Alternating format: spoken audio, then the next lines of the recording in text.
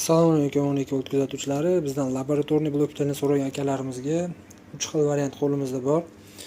Mana bu variant eng ходовой 30 volt 10 ampergacha.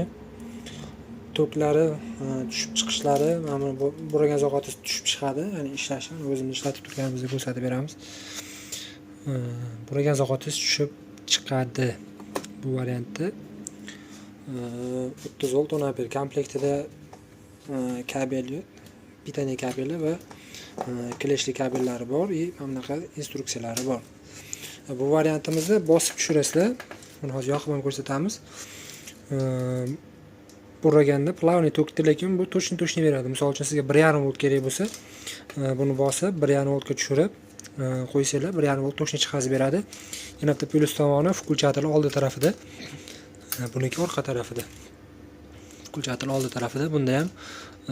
Bunda ham zaryadka uchun USB portlari bor. Telefonlar bemalol ishlayotganda zaryadga qo'yib qo'ysanglar bo'ladi. Bunimiz ham 30 volt 10 amper. Buni komplektida bitaniya kabellar, lekin Xitoy vilkada. Nimalari bor, kleshlari bor. Uchinchisi kichkina model, bu 30 volt 5 amper. 30 volt 5 amperligi. Buni ham vkulchator oldida.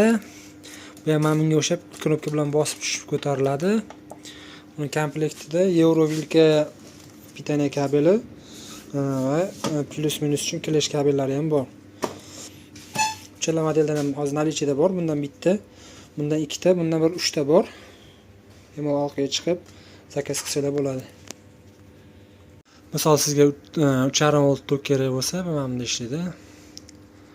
3,5 voltga qo'ysanglar, o'zi avtomatik 3,5 voltda to'g'irlab oladi, mana bo'ldi. Bunga o'xshagan emas. Bunda tokda bossanglar ko'tarib yuboradi. Voltni to'g'irlab olish biroz qiyinroq. Bunda oson. Misol uchun 4,5 voltga ham точно qo'yib ishlataverasizlar. Bu 30 voltgacha ko'tariladi.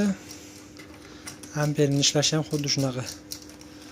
Amperi ham ko'tarib tushiraverasizlar. 1 amper yoki bunaqa qilishga erinsangiz, knopkasini bosib, misol uchun birdan 10 ga ko'taraverasizlar. Bunda ham shunaqa. Knopkasini bosishni 31 volt 10 ampergacha chiqazib beradi. Buni ishlash ham xuddi mana bunga o'xshagan. Faqat bunda USB porti yo'q. Bunda 5 amper, bunda 10 amper, bunda ham 10 amper. Kimga qanaqasi kerak bo'lsa, aloqaga chiqaverasizlar.